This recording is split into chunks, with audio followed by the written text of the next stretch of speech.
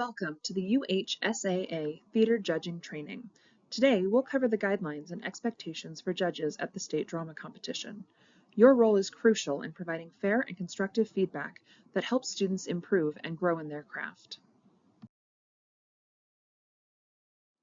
Thank you for taking time out of your busy schedule to be a part of our students' education.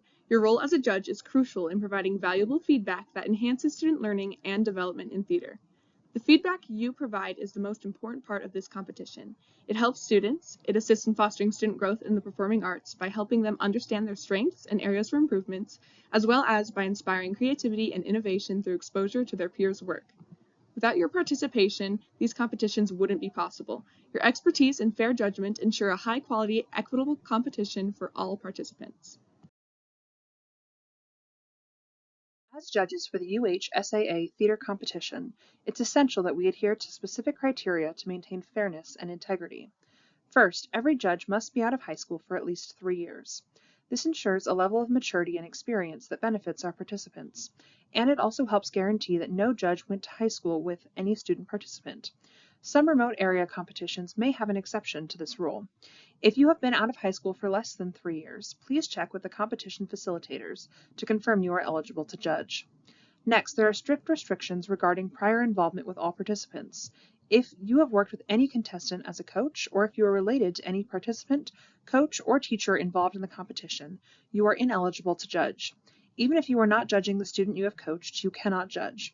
This rule is crucial to prevent any conflict of interest. Additionally, every judge must complete and pass the judging test on the UHSAA website with a perfect score. This test ensures you understand all the rules and standards we uphold in this competition. Contestants must report any judge that they know to be ineligible and could face disqualification if they knowingly fail to report an ineligible judge. The competition consists of 3 parts: individual events, one-act play, and technical theater.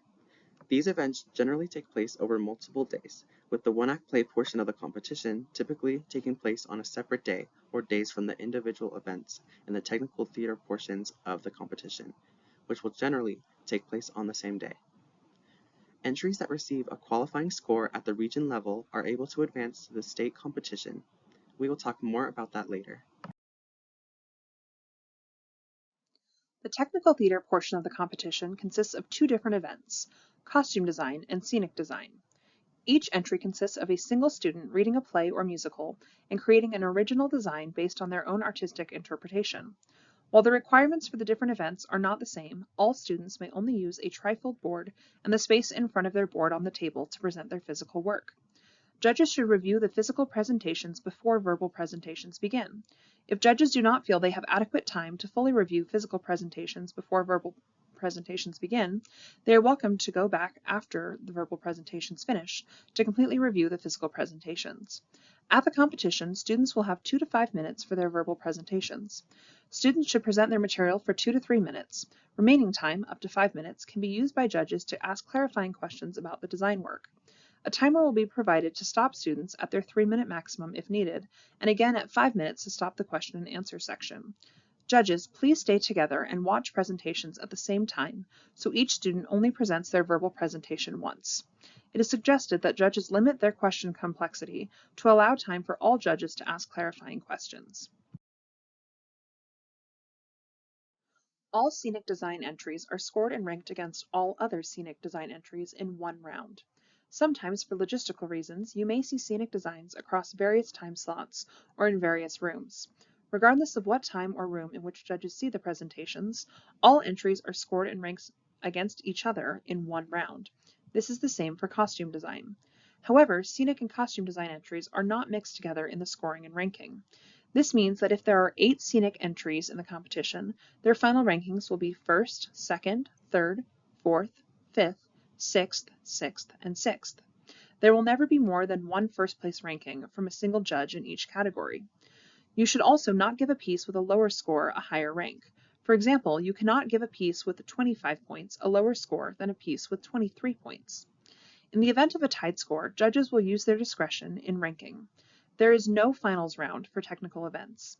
Please keep in mind a total of 60 points, an average of 20 points per round, is required at region in order to qualify for state.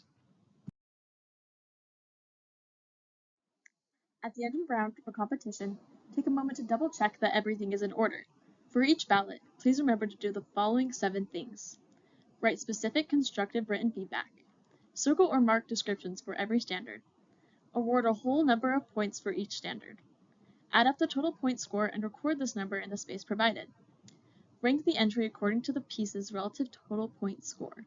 Make note of any rule violations. Write your name in the space provided and sign the ballot. As judges, it's essential to be aware of potential biases that might influence our evaluations, even unconsciously. Let's explore some common biases. First is familiarity bias, where a judge might prefer styles or themes they are familiar with rather than evaluating the actual performance quality. Next, cultural bias can occur when judgments are based on cultural references or backgrounds aligned with the judge, rather than the performance itself.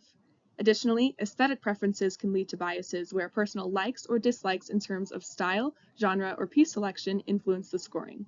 Of course, there are other ways biases can manifest, and it's crucial for judges to be self-aware and reflective. Constantly checking your own biases ensures fair and objective evaluations, allowing every competitor an equal opportunity to succeed. Once again, thank you for taking time out of your busy schedule to be a part of our students' education. Your role as a judge is crucial in providing valuable feedback that enhances students' learning and development in theater. Without your participation, these competitions wouldn't be possible. Your willingness, dedication, and ability to be unbiased ensure a high-quality, equitable competition for all participants.